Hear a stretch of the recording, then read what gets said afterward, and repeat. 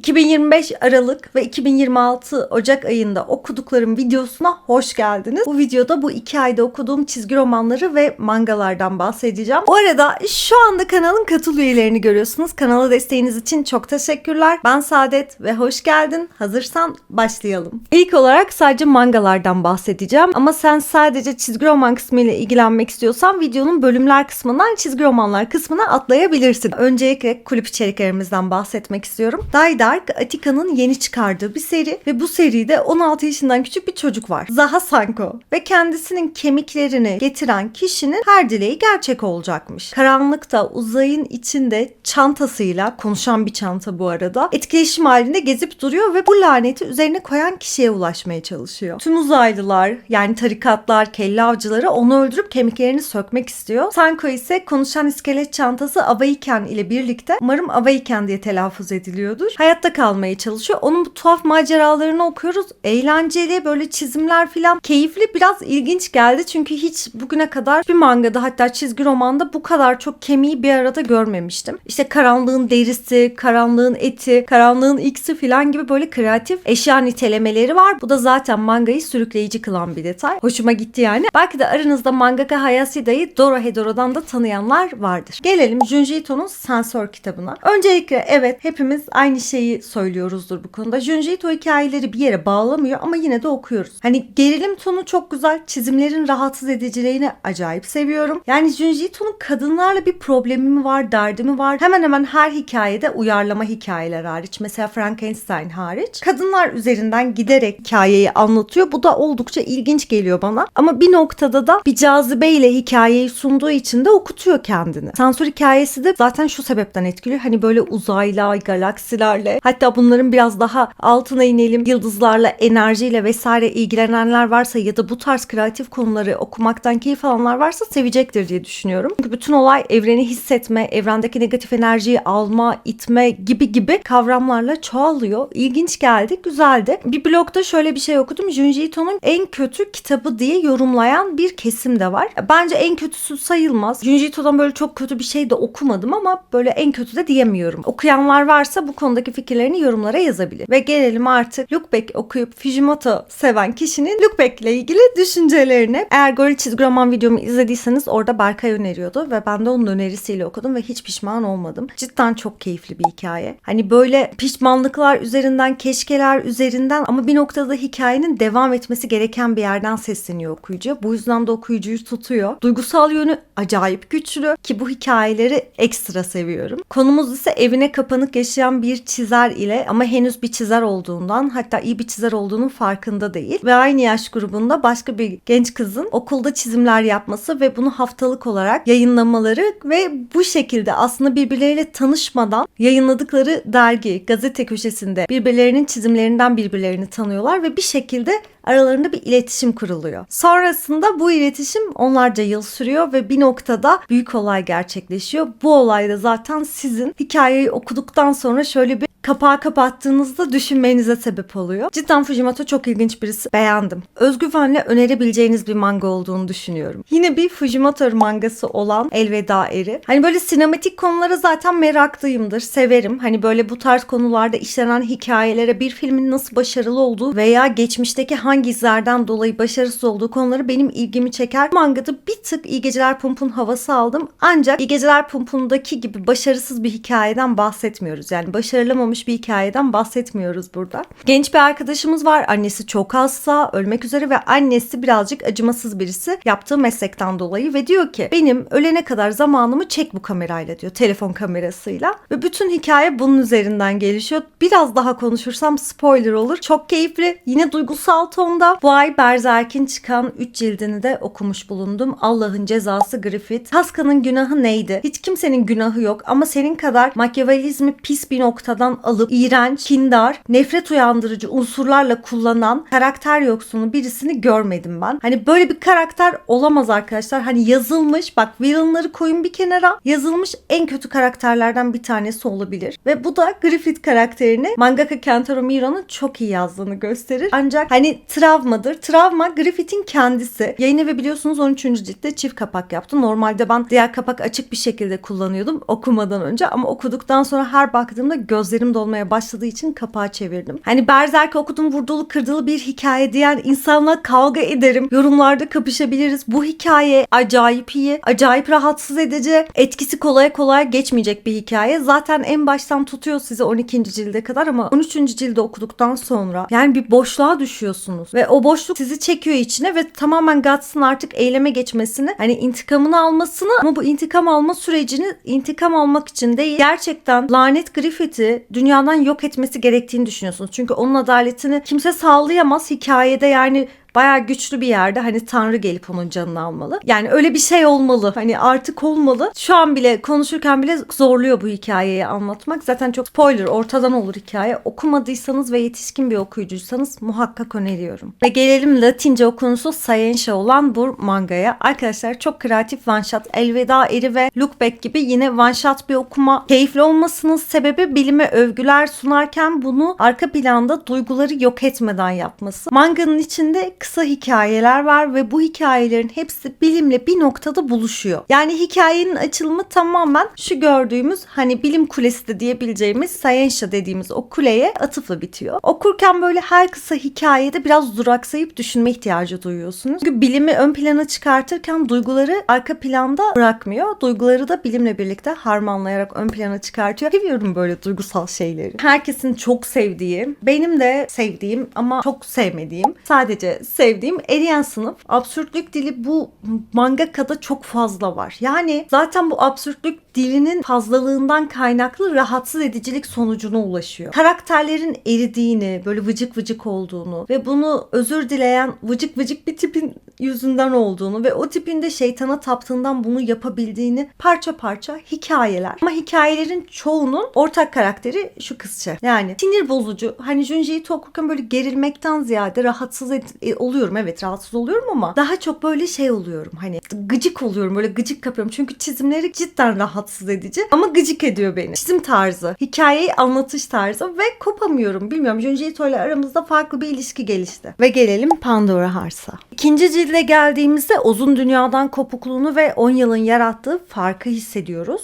Ve üçlü takım kuruluyor artık. Oz, Alice ve Raven. Aralarındaki o meşhur dinamikte hani Oz'un neşesi, Alice'in kabalığı, işte Raven'ın yani Gil'in sadakati burada başlıyor. Ama gitgide de bir şeyleri merak etmeye başlıyoruz artık. Oz neden Abyss'e atıldı? Alice'in hafızası neden silindi? Artık bu soruların cevabını bulmamız için yayın evinin daha hızlı bir şekilde basması gerektiğini düşünüyorum. Bu arada videodaki hiçbir şeyde reklam, sponsorluk değildir. Güzel kokulu çiçekler zarafetle açar. Çok safe bir seri. Hani animesinde zaten bilmiyorum, ben izlemedim ama belki izleyenler vardır. Hani tatlı ama lise aşkı konularını okumaktan, izlemekten belki de biraz sıkıldığım bir dönemdeyim. O yüzden seride hani bir noktada artık biraz macera, biraz heyecan, biraz hız kazanması gerekiyor diye düşünüyorum. Ama yine de okunur mu? Okunur. Hani böyle çayını kahveni içerken güvenli alanda okuyabileceğin, yani güvenli alan mangası açıkçası. Aralık ayında Sekans Komik Sinema Kulübü'nde ilk 2 cildini okuduk. Bu arada kulübümüz ücretsiz. Cadılar Cenneti. Arkadaşlar çok ekolojik bir okuma olarak okunabilir. Çok ekolojik değil de ekolojik bir okuma olarak okunabilir. Ancak böyle hani serideki karakter tasarımını, işte kurduğum tasarımını vesaire çok beğendim.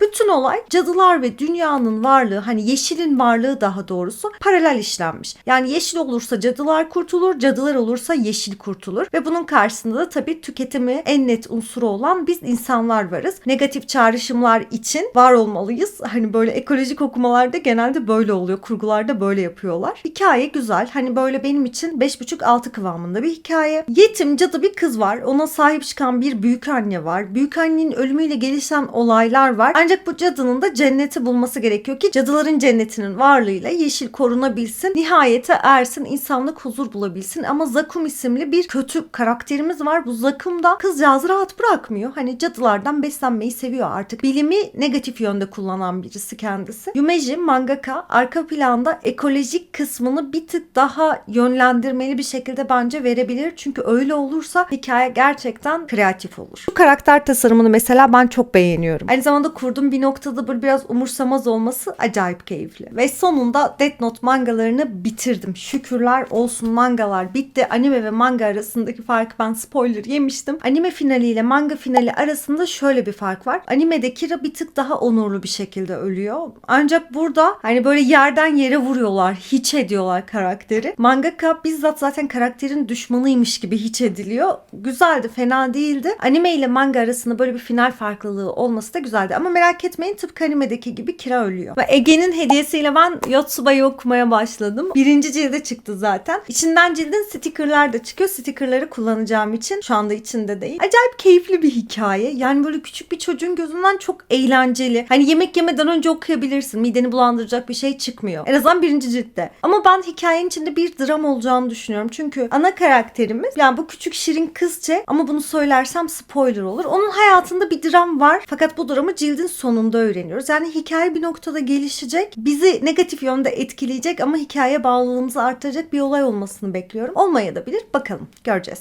Babasıyla yeni bir yere taşınıyorlar. Oraya uyumunu, orada yaptığı yaramazlıkları, şirinliklerin nasıl hoş karşılandığını, muzurluklarını görüyoruz yani. Keyifli. Ve en sevdiğim serilerden birisi olan Cadı Şapkası Atölyesi. Hani manga sıralama videosu yaptık. Bakalım hangi manga daha iyi diye. 3 büyüklere giremedi. 4'e de giremedi. Çok üzüldüm ama Cadı Şapkası Atölyesi benim en sevdiğim serilerden birisi. Hani benim için Berserk kadar yukarıda olmasa da yine de beni etkileyen ve sürükleyici bir hikaye. Aynı zamanda çizimlerini çok seviyorum. Çizimleri gerçekten Berserk kadar iyi. Daha önceki videolarda zaten incelemiştim. Uykulu Kahve'nin sevdiğim serilerinden Yaramazlık Dersleri. Şımartılan bir kızça var ve bunu bir kadının sevmemesi pek mümkün değil gibi. Hani sınırsız toleransla her şeye sahip olabiliyor, istediği her şeye, ama tabii isterse. Böyle çok muzdur ama bir noktada şöyle bir şey var. Ormanda bulunan bu perişan haldeki kızın dramı ile ilgili bir şeyler görüyoruz. Yani o dramı görüyoruz. Neler yaşadığını hissediyoruz. Birinci ciltte zaten bahsedilmişti işkence gördüğünden vesaire ama bu ciltte o işkencenin izlerini de görüyoruz. Diğer mangalara kıyasla bir tık daha kalın bir cilt. Şimdi manga tek bir fikrin, tek bir karakterin peşinden gitmek yerine Türkiye'de, Japonya'da, Avrupa'da, Amazon ormanlarında falan geçen hikayelerle bütünleşip okuyucuya ulaşıyor. Aynı zamanda ontolojik hikayelerden oluşuyor ve cadılık kavramını da farklı şekillerde ele alan kavramlarla bütünlük buluyor. Buradaki cadılar sihirli değnek kullanan sevimli figürler değil. Yani Cadı Şapkası Atölyesi'ndeki gibi değil. Doğanın ta kendisiyle konuşabilen, tıpkı Cadıların Cenneti mangasındaki gibi doğanın acısını hissediyorlar ve bu uğurda da insanlıktan uzaklaşan varlıklar olarak işlenmiş cadılar. Kitap insanların doğayı evcilleştirme çabasını ve doğanın buna verdiği korkunç cevabı anlatıyor aslında. Türkiye hikayesi çok tatlıydı. Türkiye'de bir kasabada başlıyor. Shira adlı bir kızın bir cadıya, yani Miko dönüştüğü cadıda, o dönüşme sürecini izliyoruz. Ana olayda Miko bir iyi ile evrenin kaderini öğrer. Yani Shira sevdiği adam tarafından reddedilince intikam almak yerine evrenin dokusuna dahil olmayı tercih eder. Ve geçelim bu hikayede okuduğum çizgi romanlara. Bu hikaye beni acayip sürükledi. Zaten kulüp yayınında da bahsettik ama kısaca tekrar değinmek istiyorum. Hikaye Walter adında biraz tuhaf, gizemli ama arkadaş canlısı bir adamın hayatının farklı dönemlerinden tanıdığı arkadaşlarını göl kenarındaki bir eve davet etmesiyle başlıyor. İlk başta da her şey harika görünüyor. Ancak Walter karakterinin bir planı var. Grup eve yerleştikten sonra sosyal medyada bildirimler yağmaya başlıyor. Televizyonda vesaire. Ortalık bildiğiniz yangın yeri. Ama evin içindekilere hiçbir şey olmuyor. Yani dünyanın sonu bir şekilde geliyor ama Walter karakterinin seçtiği ve bu evin içine aldığı kişinin başına hiçbir şey gelmiyor. Yani onları bir noktada koruyor. İkinci cildi merakla bekliyorum. Aynı zamanda bu çizgi romanda da Kirkman havasını sezeceğinizi düşünüyorum. Ve Nada kitaptan ilk okuduğum çizgi romana gelelim. Arkadaşlar acayip kreatif. Bak ben böyle kreatif hikayeleri çok seviyorum. Bunu da çok sık kullanıyorum ama etkiliyorlar ve bende kalıcı oluyorlar. Bu yüzden size de böyle öneriyorum. Çok rahat her yerde okuyabilirsiniz. Zaten hikaye akıp gidiyor. Hikaye fiziksel dünyanın ve teknolojinin her gün, her saniye değiştiği bir yerde geçiyor. Yani bu dünyada hiçbir şey sabit değil. Mesela değişen mekanlar var. Sabah uyandığınızda evinizin planı değişmiş olabilir. Mutfağınız artık banyonun yerindedir mesela. İşe gitmek için kullandığınız sokak da değişebilir. Siz yürürken başka bir yere bağlanabilir. Ama sadece bunun sınırlı da değil. Mesela bir gün uyanıyorsunuz, kolunuz değişebilir. Vücudunuzdaki yani organlarınız değişebilir, şekliniz değişebilir, saçınız, kaşınız, gözünüz, kimliğiniz değişebilir yeni bir güncellemeyle. Ve buna siz engel olamıyorsunuz. Şimdi ana karakterimiz böyle bu dünyada değişen durumlardan şikayetçi olan insanların şikayetlerini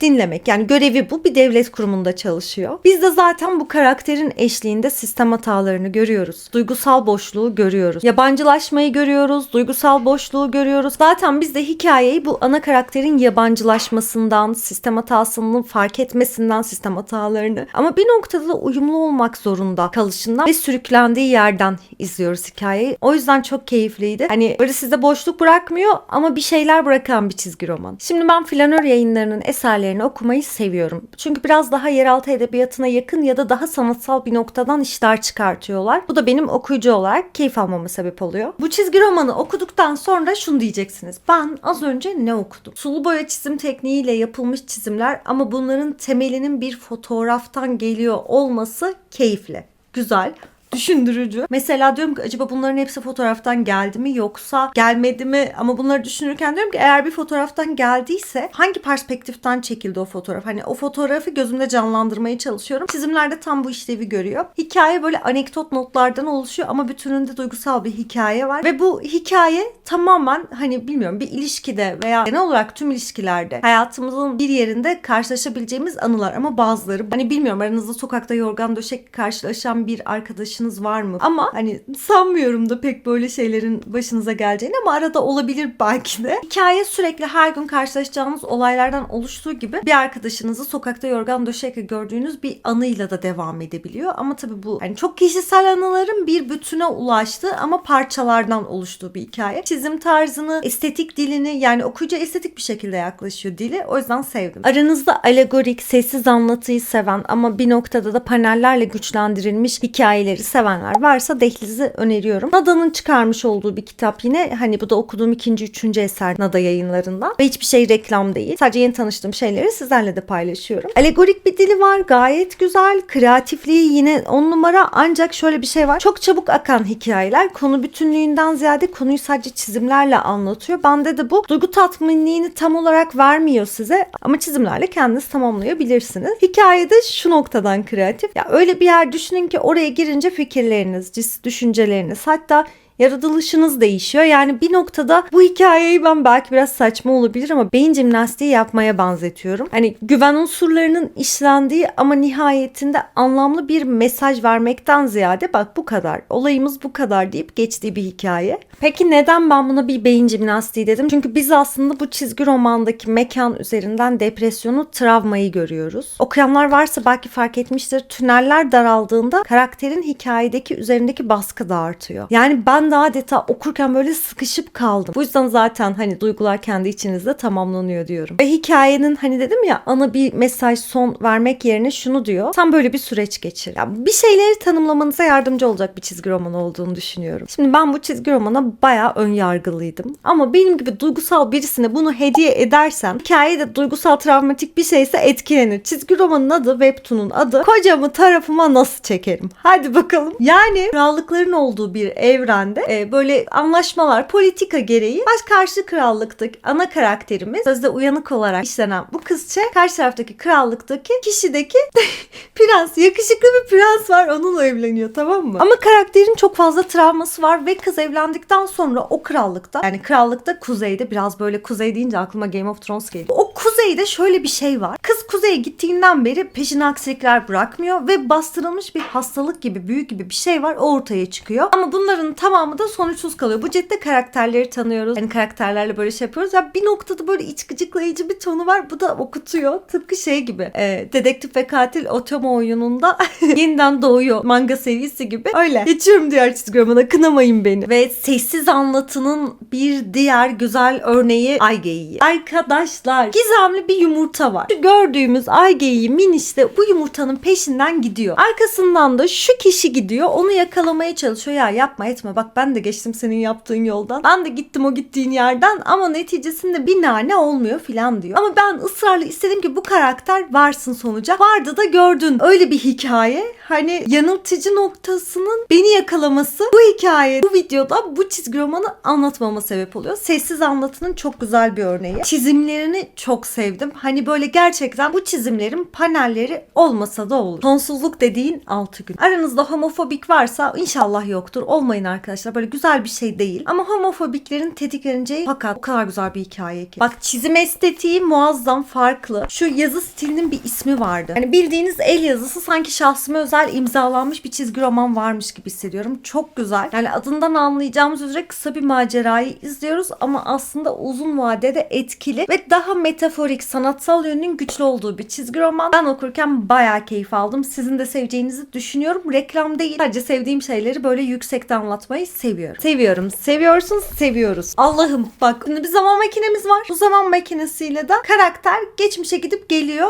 Bir Adolf Hitler'lik mesele var. Ama düşünsene Adolf Hitler ölmeden o zaman makinesini kullanıp geri geliyor. Hikayeye başlarken bir görevimiz var. Hikayenin sonuna geldiğimizde olayımız bambaşka oluyor. Net sonunda duygusal bir tonu var. İlişkiler bağlamında duygusal bir tonu var. Tahmin edilebilir, keyifli. Okurken gözlerimin dolduğu o çizgi roman. Yine Flanör Yayınlarından çıkma bir çizgi roman. Biraz bağımsız ilerledik biliyorum, farkındayım. Şu ana kadar hiç Marvel DC yok sanırım. Evet, şu ana kadar hiç Marvel DC görmediniz. Ama bu hikaye biraz böyle daha estetik, daha böyle nezih hikayelere ulaştığımız bir hikaye oldu. Bir köpeğin gözünden hayata bakmak, ya bir köpek olmasına da gerek yok. Herhangi bir hayvanın gözünden, bir solucanın mesela ya da ne bileyim bir akrebin gözünden hayata bakmak nedense beni böyle bir etkiliyor. Hani sanki aslında o çok savunmasız, ki akrepler aslında onlar da savunmasızdır. Her ne kadar sokma ihtimalleri olsa da. Hani bize göre savunmasızlar. Biz mesela böcek ilacıyla bütün böcekleri yok edebiliyoruz, anladınız mı? Ama onlar hani bizden zarar görmemek için bir önlem alamıyorlar. Kuytu köşeye gitmek dışında.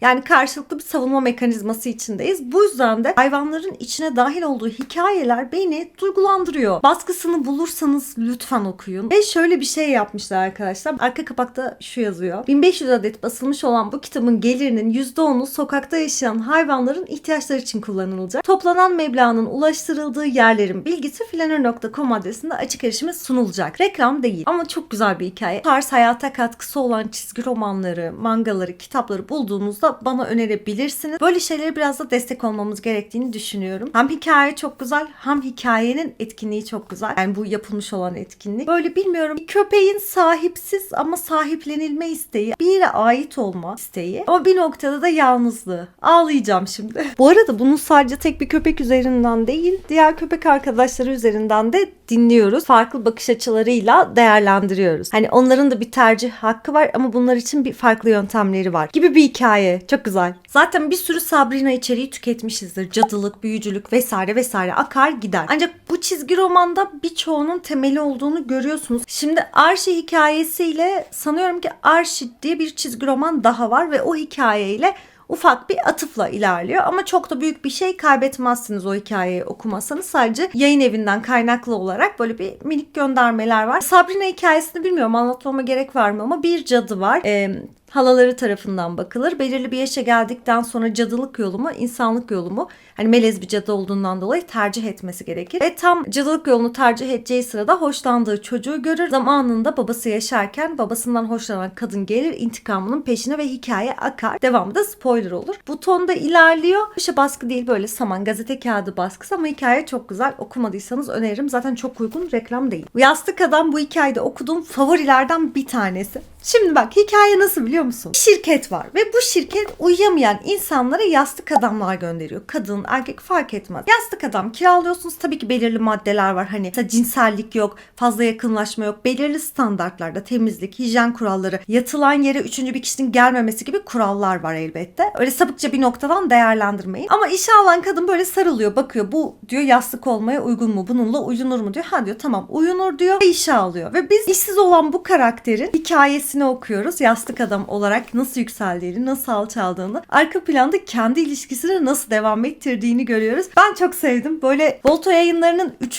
kitabı ve şu anda ben de Volta Yayınları 3'te 3 yaptı. Henüz böyle ya çıkardı evet de şu hikayesi daha iyiydi. Bu biraz dediğim bir yayını olmadı. Yine reklam değil. Goril çizgi romandan almıştım bunu da. Keyifli. Benim favorimdi. Bu çizgi romanı bana aranızdan biri önermişti. Allah ondan razı olsun, çok tatlı bir hikaye. Şimdi hikayemiz Bonnie Black ile başlıyor. Bonnie Black 80 yaşında ve ölüme çok yakın ve öldükten sonra hiçlik olduğunu düşünüyor ve bu yüzden de korkuyor. Ancak öldükten sonra gözlerini bambaşka bir dünyada açar. Adria dünyasında gözlerini açar ve Adria dünyasında fantastik yaratıklar, dev ejderhalar, bitmek bilmeyen savaşlar var. Hatta böyle çok spoiler olacak bu ama söylemeyeyim, spoiler olmasın. Şimdi bu 80 yaşındaki kadın kadın öldükten sonra 25 yaşına geliyor. Bu yüzden de daha dinç ve daha dinamik oluyor. Yani savaşabiliyor. Becerileri de gelişmiş oluyor. Ve bu dünyada ailesine ulaşmaya çalışıyor. Ama işte o kısımlar spoiler. Bonnie bu yeni dünyada eski dostlarını, hatta kendisinden önce ölen köpeğini bile buluyor. Ancak tek bir eksiklik var. Yıllar önce ölen ve Bonnie'nin çok sevdiği kocası Harry. Harry ise Adria dünyasının iyi tarafında değildir. Bir sanatçının hayatını, imkansızlıklarını, imkan sınırlarını, daha doğrusu nasıl aştığını anlatan ve bu süreçte delirmenin sınırlarına ulaştığı ama hedefine, hayaline bir noktada koyduğu o kafasındaki yapacağım dediği şeye ulaşma hikayesini bir noktada da yalnız olduğunu ve bunu hikayenin sonunda bile reddettiğini okuduğumuz bir çizgi roman. İkinci elde bulmuştum. Öyle hani kargo ücretini bedavaya getirmek için kullandığım bir çizgi romandı. Yani öyle bir hikaye. Benim için 4'lük. 10 üzerinden 4 puan. Bilmiyorum, belki çok beğenenler vardır ama ben 10 üzerinden 4 veririm. Okumasam da olur. Cyberpunk öğelerle ve biraz daha grotesk anlatı kullanılarak yazılmaya çalışılmış bir çizgi roman. Hani böyle şey demeyeceğim, çok kötüydü, berbattı falan diyemem ama zaten siz böyle daha çok hani nasıl desem, bu tarz hikayeleri çok fazla okuduktan sonra şey oluyor. Bu hikayeler size çok basit gelmeye başlıyor. Ve diyorsunuz ki benim yaş grubuma hitap etmiyor. 16-17 yaşında olsaydım belki severdim. Bir de birçok şeyi fazlası açıklıyor. Fazla açıklamak yerine de böyle konu, hikaye konseptinde anlatsalardı. Yazarına baktım. Peter Richardson'mış. Benim pek sevmediğim manga estetiğine sahip bir çizgi roman oldu. Okuyanlar varsa düşüncelerini yorumlarda benimle paylaşabilir. Neil Gaiman'ın kısa hikayelerinden oluşan Gecenin Yaratıkları. Merak etmeyin, Neil Gaiman'a para kazandırmıyorum. İkinci elden olabildiğince ucuza alıyorum. Hani Neil Gaiman cancel'lı. Ama Neil Gaiman kişisinin de maalesef ki kalemi çok iyi arkadaşlar. Hani çizim stili vesaire o kadar güzel ki. Parça parça hikayelerden oluşuyor. Duygusal olarak aurayı doyuran, aynı zamanda daha epik anlatıların olduğu ama epik bir final veya epik bir başlangıçtan ziyade anlatı stilinin epik olduğu hikayeler var içinde. Almayın, Neil Gaiman almayın. Alacaksanız da ikinci el alın. Bence şahsi görüşüm. Hani zaten sosyal hayatında o kadar şey varken de kazandırmayı verelim yani. Ne olacak? Ocak ayında okuduğumuz, Marmara'nın basmış olduğu, sanıyorum ki bu yılda 7. cildi gelecek olan Saga serisi. İsmi sadece Saga arkadaşlar. Hani Saadet Kadir'in kısaltılması gibi olduğu için de hoşuma gidiyor seri. Konseptimiz biraz Star Wars vari ama daha farklı yaratım süreçleri var. Hikaye bağlamında söylüyorum bunu. Bir aile var ama bu aile bir arada olmamalı. Normalde savaştan kalma iki düşman ırkın birleşimi bu aile. Sonrasında bir de bebişleri oluyor. Onun hayattan keyif almasını umut ederek yıldızlar arası geziyorlar ve bu gezintide de çeşitli maceralara atılıyorlar. Detaylı anlatımı zaten Aralık ayı Sekans Komik Sinema Kulübü canlı yayın videosunda yapmıştım. Oradan da izleyebilirsiniz. Ücretsiz de kulübe katılabilirsiniz. Ve gelelim en son okuduğum çizgi romandan bahsederken, sen eğer videoyu beğenmediysen kırılıyorum. Gerçekten kırılıyorum. Bir like atabilirsin.